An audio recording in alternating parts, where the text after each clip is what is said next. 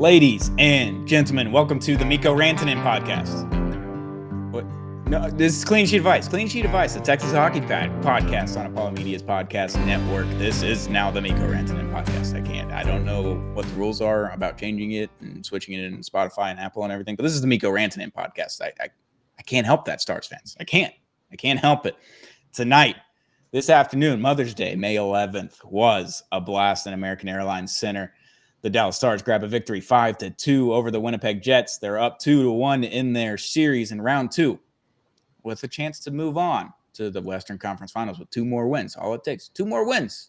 And they got two more games at home. I think it could happen. I don't know. Let's see. But on today's Clean Sheet Advice, Texas Hockey Podcast, we're sponsored by Zing Zang, America's #1 Bloody Mary mix. We love Zing Zang. Zang responsibly. And shout out to Prize Picks. Use code Apollo when you sign up. Get up to $100 match on your first deposit. Love our sponsors. Love our listeners. Shout out to all of our new viewers, all of our new listeners on the podcast. Welcome. Thank you for joining. Shout out to Finland. We love Finland on this podcast. I'm your host, Stone Strankman, joined always by Dom Garcia. How we doing, bud? Yeah, the marriage between Dallas, Texas, and the great country of Finland grows stronger by the day. And boy, Mikko Rantanen, okay, there's going to be 10 years will go by, and you're going to start seeing a lot of kids playing youth hockey randomly with the name Mikko, and I'm going to know, hey, that guy's parents raised his kids right. He watched this Dallas Stars team. He watched Mikko for the next 8 years in Dallas. He knows what he's doing. And boy, this is absurd. To score these many points in the playoffs and to do it in the fashion that he's doing it is unreal, dude. Unreal. If all of my kids have Finnish middle names, you know what happened.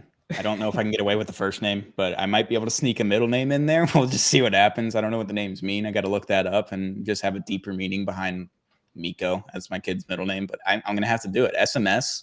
Like if I could do an SMS initials for my kid, might have to do it. Miko's going to be the middle name. It's just got to figure out the first name. But yeah, the Stars, they take game 3 in emphatic fashion in the third period. Obviously, they got shut out in game 2, 4-0. Happened against Colorado as well.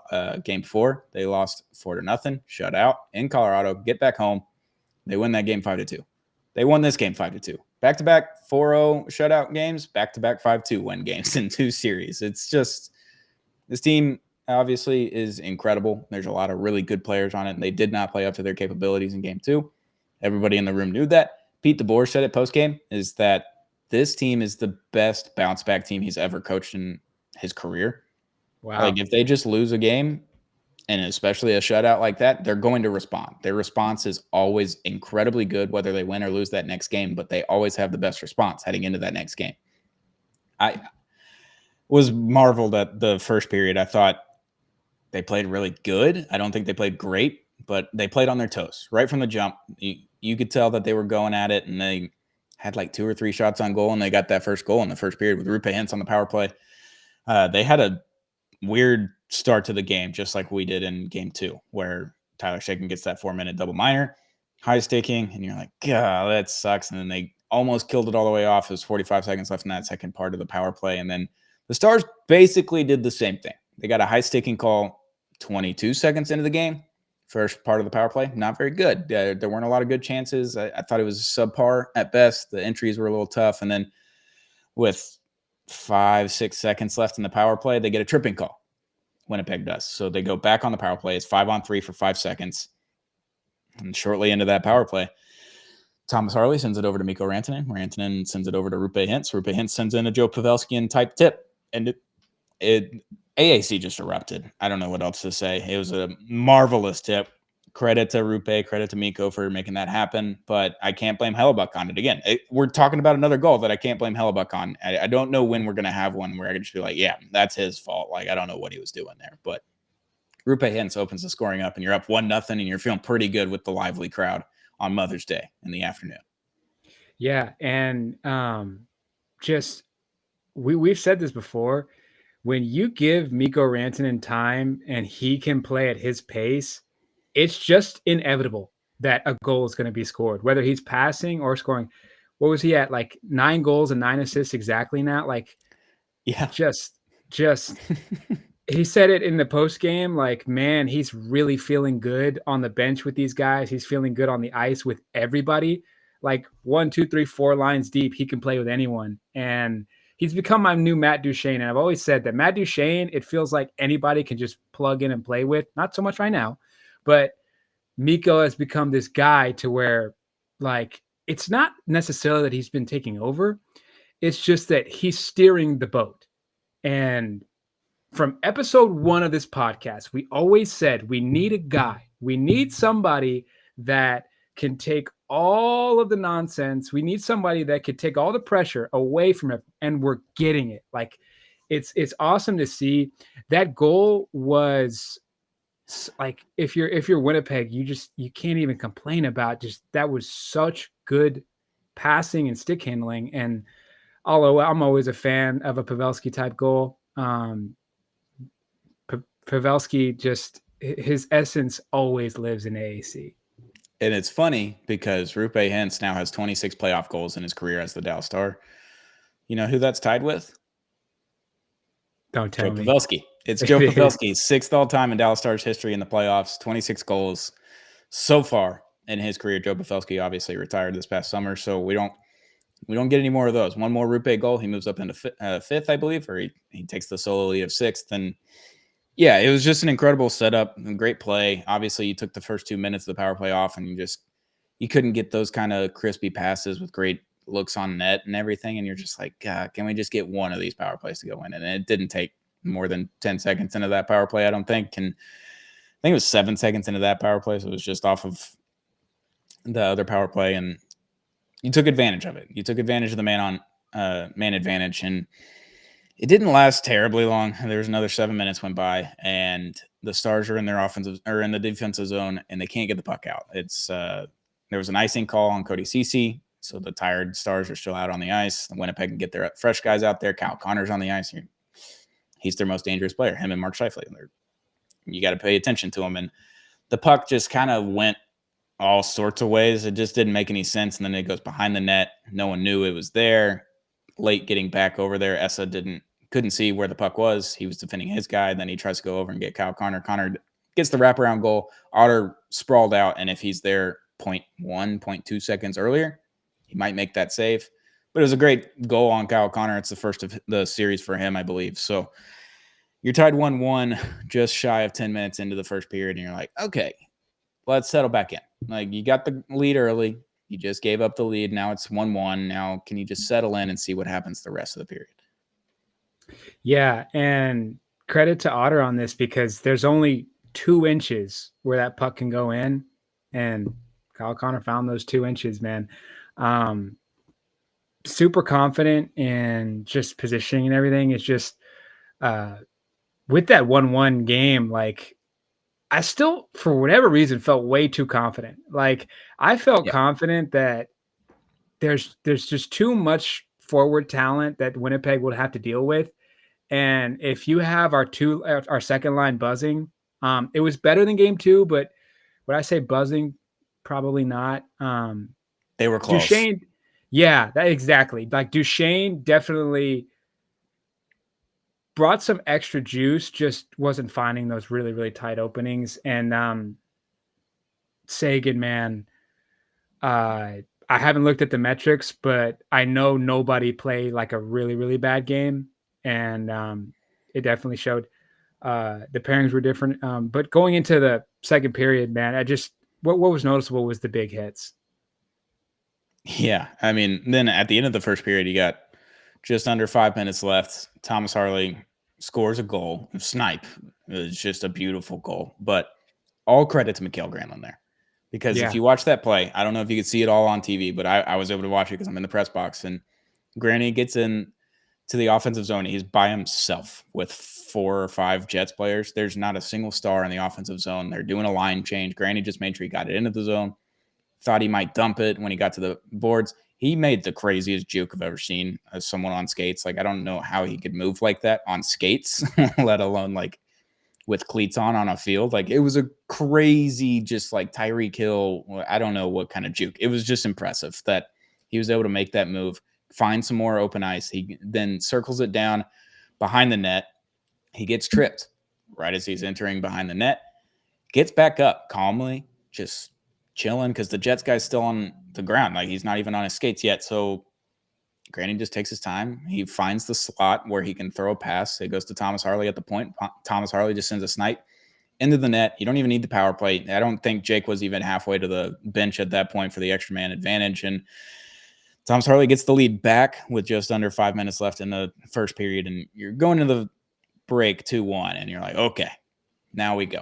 Like, you got the lead back. You got the juice back. You did everything right there. The calls weren't going your way, but you got the call at the right time. And yeah, I don't know. It was just 2-1, and I felt good. I felt pretty good. I was like, you get another one, this one's over. Like, I'm not even worried about this game if you get another goal. Yeah, so the reaction of the Harley goal by the crowd, I knew that if there was a third goal, like, it's going to be impossible for Winnipeg to come back, because that crowd, we need to have more games at Great crowd on weekends at 3:30 p.m. because, boy, that Stars chant was electric. And other viewers that watch this game on the broadcast, let me know in the comments. Like, the TNT broadcast was so shaky that the TV was just pixels. As I saw that online that everyone's like, fix your broadcast. Yeah, and I'm watching with my brother, and I'm like, that looks like it's a good scoring opportunity. And then it comes back on, and the puck's in the back of the net. And I was like, I told you, dude. Mikko Rantanen is so shifty with his stick. And then when the replay comes on, dude, Thomas Harley is a stud, man. Like, somebody that young playing that good. Like, I know we talk about Wyatt Johnston getting that captain one day, but like, Thomas Harley controlling that power play for however many years he wants to, it's going to be nice. It was a great goal, but then you head into the second period, and it was gross from the jump. Winnipeg had all the juice. They were playing on their toes. The Stars were playing on their heels. There's a lot of icings. There was a lot of just dumps into the zone, try to get a change, see if you can get there. That shift, a little bit of offensive zone time. There wasn't really any offensive zone time that whole second period. It felt gross. Josh Morrissey, though, welcome back. Happy you're healthy, kind of. Not really, but glad you're okay.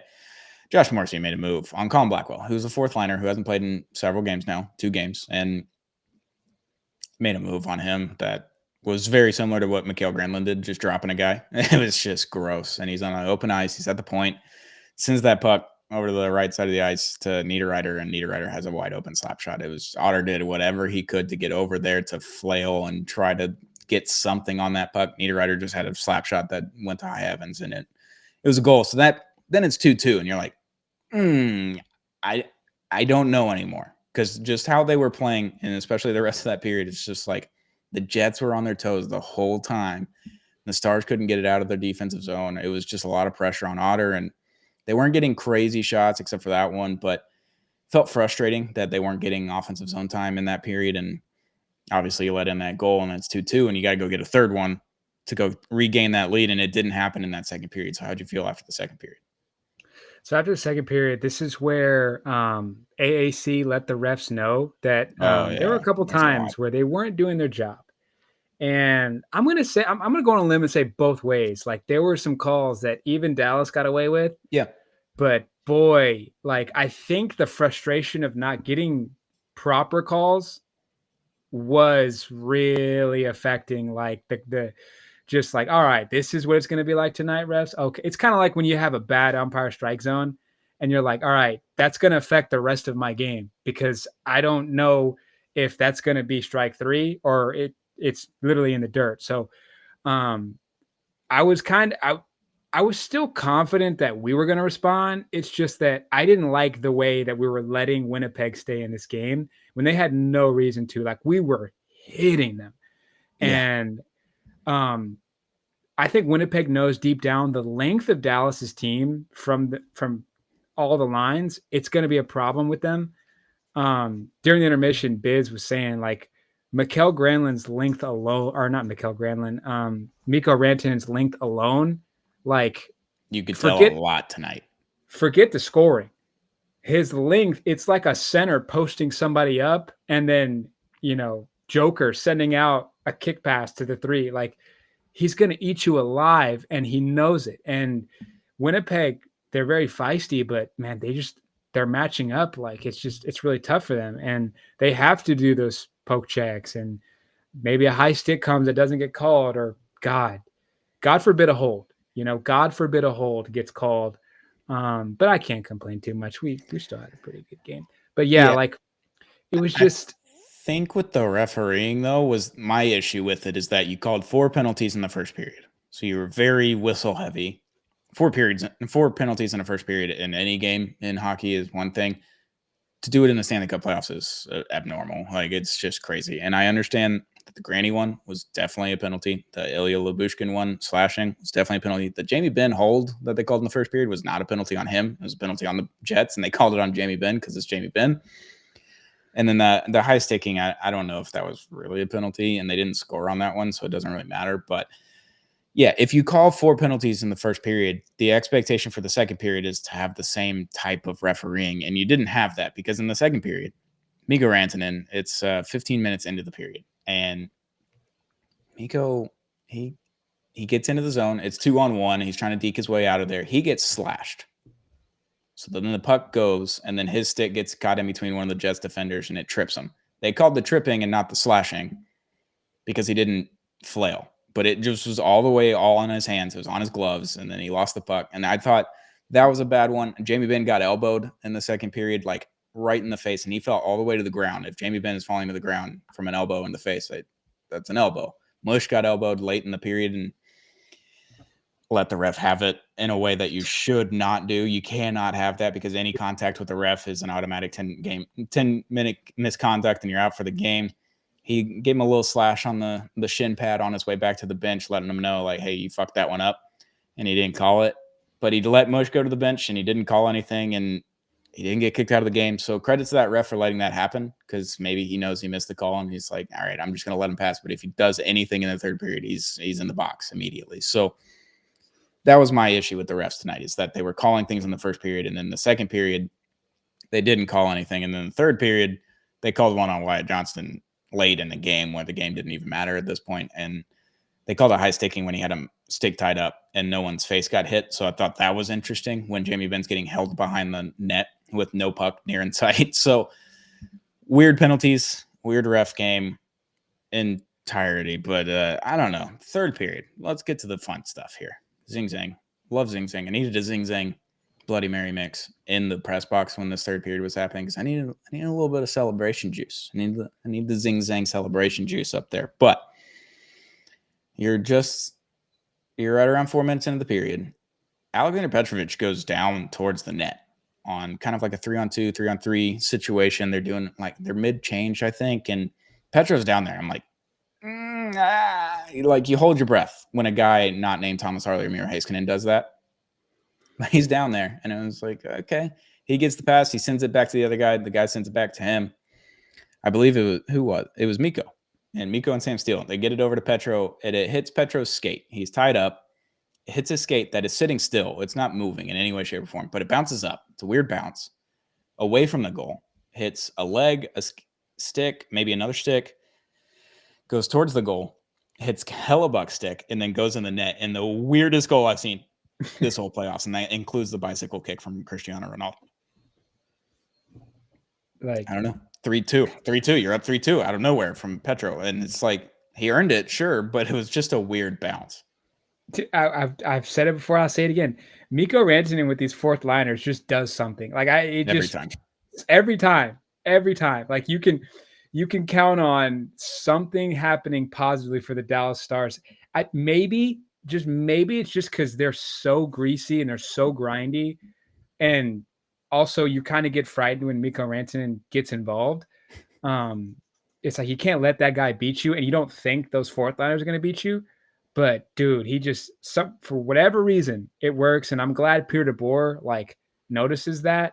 Also, man, Thomas Harley's on the ice the whole effing game, dude. He never leaves, man.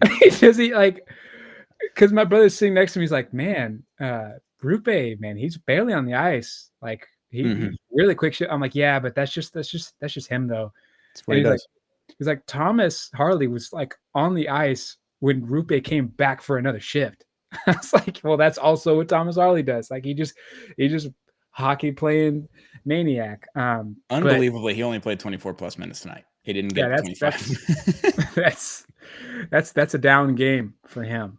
But yeah, dude, like this game kind of played out how I assumed it would. It's just there's so much length for Dallas, and if we can stay busy on the checks and Lee and Bishop throwing bodies everywhere, and our legs don't get tired, it's just too overpowering. And Jason Robertson has been playing really good hockey. It hasn't gotten noticed yet, but when he breaks out, like he got good moved luck. down to the fourth line tonight in the third Yeah. period. He was playing on the fourth line with Sam Steele and Dadonov, I believe, at one point. So that was interesting as well. I thought Robo had a decent game. I don't think he was bad. I don't think he was good in any way. Like he was just there, and he made sure he threw some hits. That was one thing I noticed in the first period was that Wyatt Johnston, after just days after Pete DeBoer says he's the future captain of the Dallas Stars, he's going to wear the C one day. He's out there throwing Jamie Benn type hits. Like I've never once seen Wyatt Johnston throw a hit where I was like, that's a really good hit, Wyatt. And he did that like 3 times in the first period. Jason Robertson and Wyatt Johnston back to back on 2 hits on the boards, like throwing bodies. And I was like, this is impeccable. I've never seen this from those two. I think I've seen Robo throw some good hits. Obviously, Vegas last year, he threw a really good hit in the playoffs. And I was like, all right, Robo, let's get into it, bud. But Wyatt was doing it first. And I was like, that is just marveling in itself. And then Robo just launches himself into the boards at this guy. I was like, that was incredible. Liam Bishop had 13 hits tonight as well. But back to the Miko Rantanen podcast. Welcome back, Miko Rantanen. It's good to talk to you again. You got 2 assists already at this point. Then this goal happens. And it's just like, hella, this is the one goal this entire series so far through 3 games where I saw Hellebuck's terrified eyes in the crease. Like you could just tell he's freaking the fuck out when Mikko Rantanen's got that puck on a stick. He digs through a couple of guys. There's a third guy trailing, and he just fires that shot. It's a snipe to high heavens. I don't know what's wrong with Mikko Rantanen, but there's something wrong with that guy. You can't be this fucking good at hockey, but he is. He is that good. He's got 19 points now in the playoffs. Like he's had 2 hat tricks. He's had 2 4-point games, both in 1 period, by the way, not a big deal. He had 3 points tonight with a goal and 2 assists. Like probably could have had another assist or another goal in there as well. Like he looked incredible. And what you said earlier, that his length is just an absolute problem, is because he's able to just use his big moose body, keep the stick and the puck away from the defender and get into the zone. But he didn't even have to do it that time. He just kind of skated through some guys, deked a couple of times, and all of a sudden sent a snipe past Hellebuck. And that was the one time I saw Hellebuck a little shaky because you could see in the crease, he's moving around just way too much. Like it wasn't just choosing a side and moving. He couldn't decide where he was going. And then he finally went over to his right, and it was way too late because Mikko Rantanen is arguably the best player in hockey right now. And he scored his, 9th goal. 9 goals in the playoffs so far. We've played how many games? 10? That's pretty good. Almost a goal per game in 2 series. That's decent. And to think the narrative was when he doesn't have Nathan McKinnon on his line, like we don't know what it's going to look like. And now it doesn't matter who's on his line. Like we know what it's going to look like. The puck's going to get into that net. And I think the broadcast, he was involved in the first goal. I think the second goal broke the streak of like 13 Dallas Stars goals had Mikko Rantanen's name in them. Yeah, the longest streaks in NHL history, regardless of playoffs or regular season, is 14. It's Yager and another guy. I can't remember who the other one was on the list, but there's 2 players ahead of them, and they're both regular season. This one happened in the playoffs. It's the longest such streak in the playoffs by 4 goals. Mario Lemieux in 1992 had 9 straight goals scored or assisted by himself. Mikko Rantanen extended that to 13 tonight. He started another streak, had another 2 in a row. It ended up ending after that, though. Like just pure dominance by this man. Those Rantanen jerseys must be flying off the shelves in the hangar. I'm seeing a lot more. And if the rumors are true and Dallas is getting another jersey, we'll both be purchasing next year. Yeah, there's no way a Rantanen jersey's not sitting right behind me. Yeah, I mean, just an incredible display of every facet of the game from Mikko Rantanen tonight. He was great on defense. He was awesome on offense. Obviously, 3 points. That's going to help out a lot. And every time he's talking to the press after the games, it's like, Yeah, it's nice to score goals. It's nice to get on the score sheet, but it's all to help the team. If I'm helping the team, then it doesn't matter.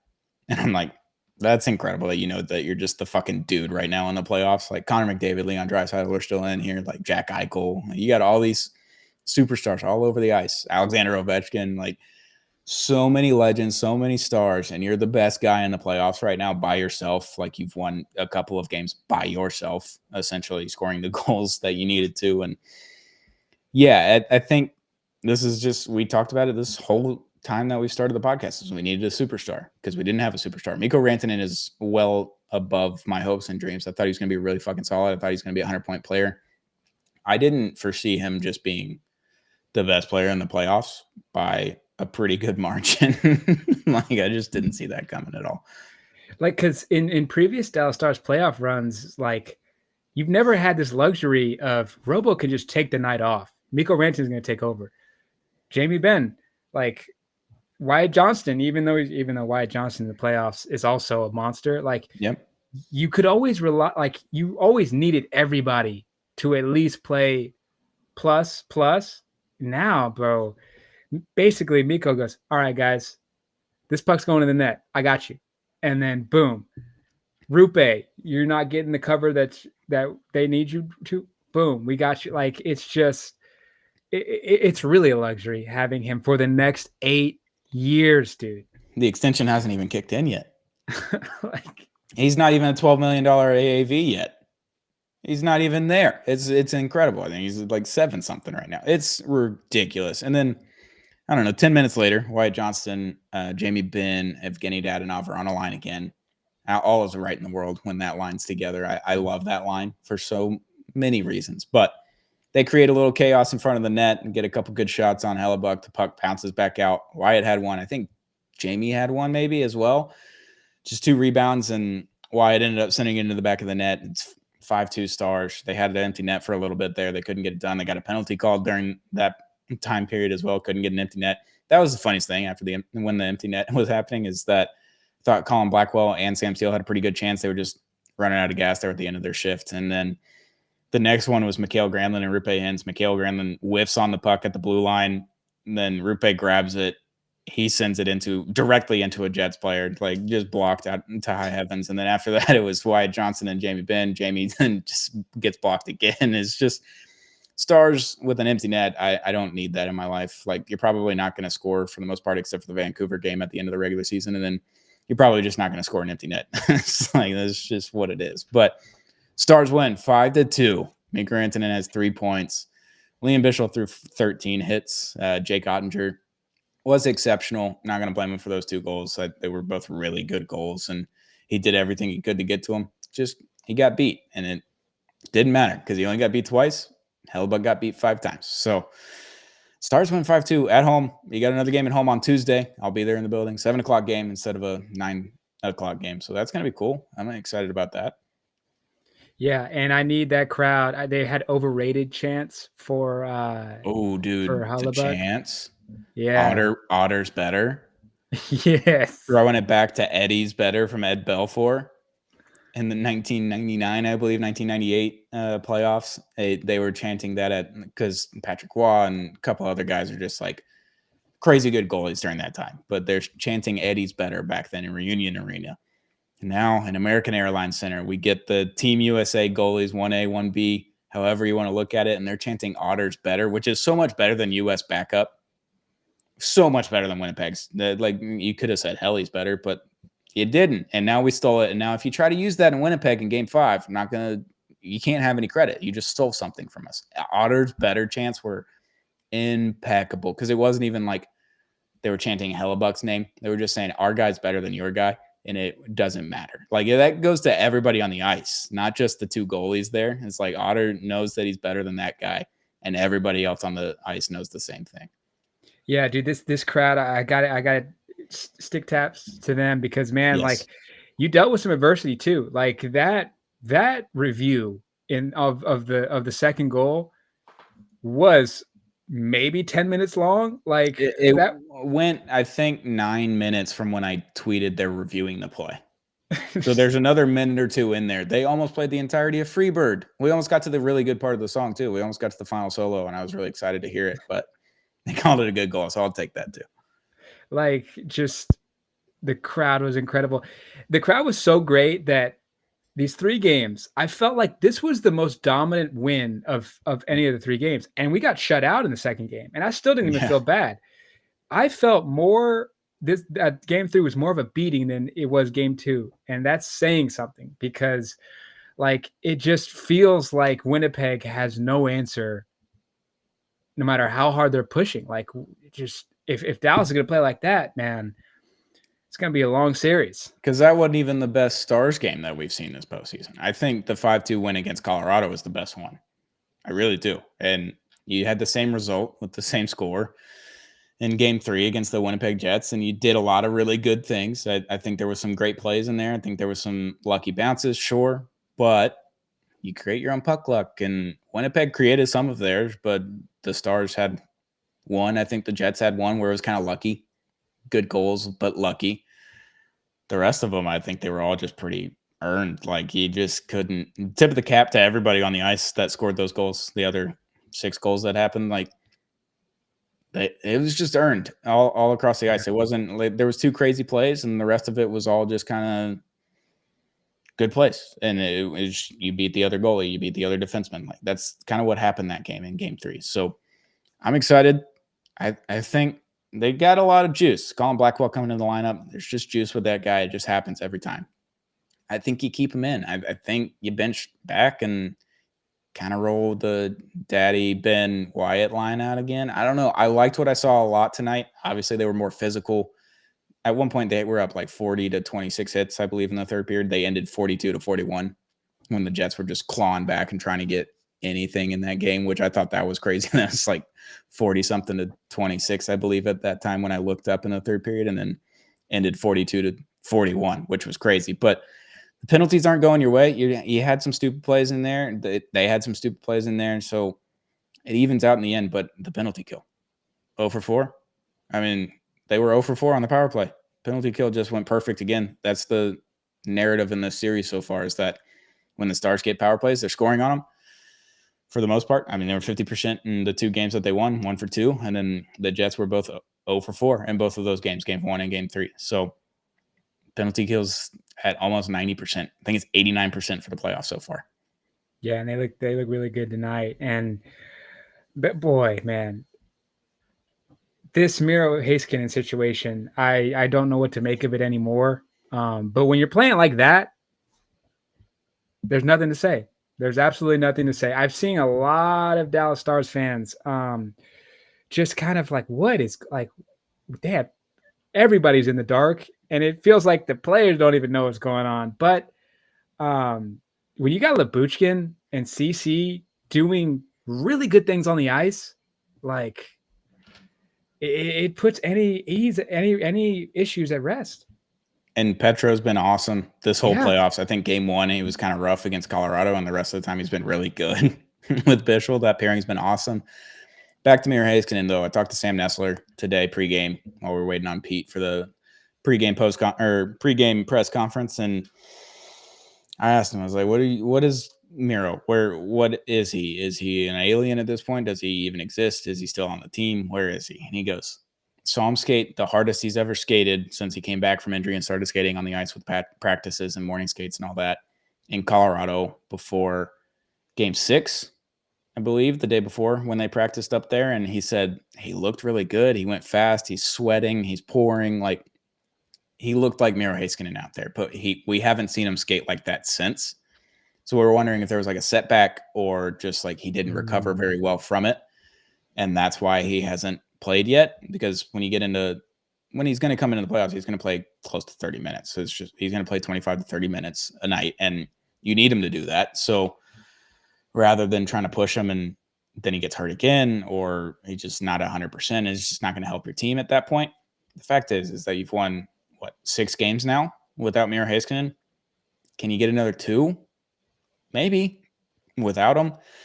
He said he'd be surprised, Sam did, if he came back this series at this point, because it's just we don't know anymore. So now he'd rather be surprised that he comes back instead of just hoping that he's back for the next game.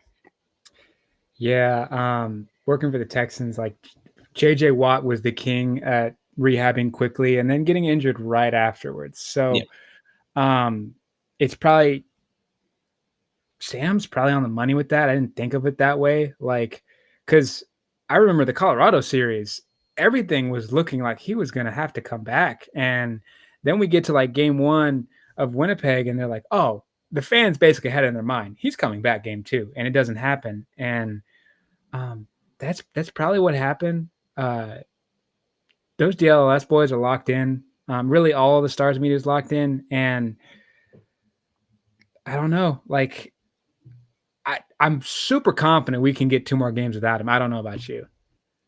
I think I am too. If they play like they did tonight, they're not losing another game this series. That's a good game. If they just have good games, they're going to win this series. If they have a great game, they're really going to win this series. And I'm going to go to practice tomorrow in Frisco and see what's up with Miro Heiskanen, see how he looks, see if he skates really hard. If he doesn't, then I'm just going to go ahead and say not game 4. He won't be there for game 4. But we'll wait and see on that. I'm going to go to practice tomorrow, see what's up, and try to talk to some boys without the national media there, because you can't talk to the guys. It's just it's a scrum in the locker room, and there's 20 guys with cameras, and there's reporters everywhere, and just people that haven't been here all season talking to these guys where we've been here all grinding or whatever. I'm not griping at it. It's just interesting that we don't get to be right next to the players. But we'll go to practice. We'll get to talk to the boys tomorrow and see what's up there. But yeah, I don't know. Miro may or may not come back this series. Pete DeBoer said he was very confident in him coming back this series after game 7 against Colorado. I am now less confident in him coming back this series, but if he does, it's a pleasant surprise at this point. I'm not going to count on it anymore. So now I'm just going to be like, all right, well, if Miro gets lifted off LTIR out of a miraculous miracle, like, I'm going to take that all day long. I'm going to be really excited about it, but I'm not going to count on it anymore. That's kind of where I'm at. Yeah, it's so funny. Like, going into the Stanley Cup playoffs, there were 2 things as far as injuries they went. I thought for sure Robo probably we won't see. And then we ended up seeing, and he looks great. And I thought for sure Miro should at some point come back. And things are looking the opposite on that end. But as long as this PK is playing like it is, man, there's not too much you can be mad at.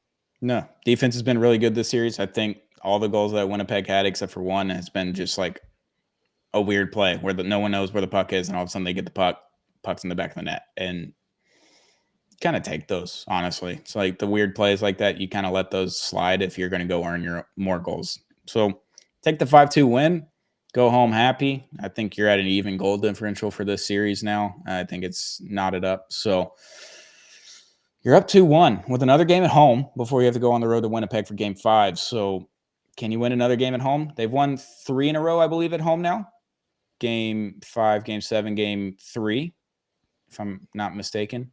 Did they win game 2? So maybe it's 4. I think they've won 4 in a row at home. I don't think they've lost at home. Game 2 was the overtime. Yeah, since game 1 of the Stanley Cup playoffs. So if you can continue that streak, then you're heading to Winnipeg with a chance to eliminate the Winnipeg Jets. But we'll see, and we'll be back on Wednesday to talk about Tuesday night's game, game 4 in AAC. I'll be in the building. Can't wait to go watch it. But thank you to our sponsors, Zing Zang, America's #1 Bloody Mary mix. We love Zing Zang. It's the best Bloody Mary mix you can get. Had a handful during the road games. Obviously can't drink at the press box, so I'll have to have an extra one tomorrow.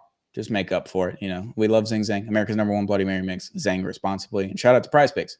Use code Apollo when you sign up and get up to $100 match on your first deposit. Prize Picks is a daily fantasy app where you hit more or less on every stat, every game, every night, every player. We love Prize Picks. We love Zing Zang. We love our new listeners and viewers. Hit that subscribe button if you haven't already on Apollo HO. Use YouTube or Clean Sheet Device Texas Hockey Podcast on Apple, Spotify, or wherever you get podcasts. Make sure to hit that follow and subscribe button for us. It lets us know that we're doing a good job. We'd love to see it. Shout out to Finland. We love Finland over here. Kiitos. I literally just looked it up. Kiitos is thank you in the Finnish language. Kiitos, Finland viewers. We've got a few of you now since this playoff run has started. So appreciative of Finland and all of the great hockey players you've produced for the Dallas Stars. Can't wait to get some more of those in the future. We're just never going to stop as long as Jim Nils, the GM of the Dallas Stars. But it's been a great episode. It was a great win. 5-2 win. Stars win. 2-1 in the series.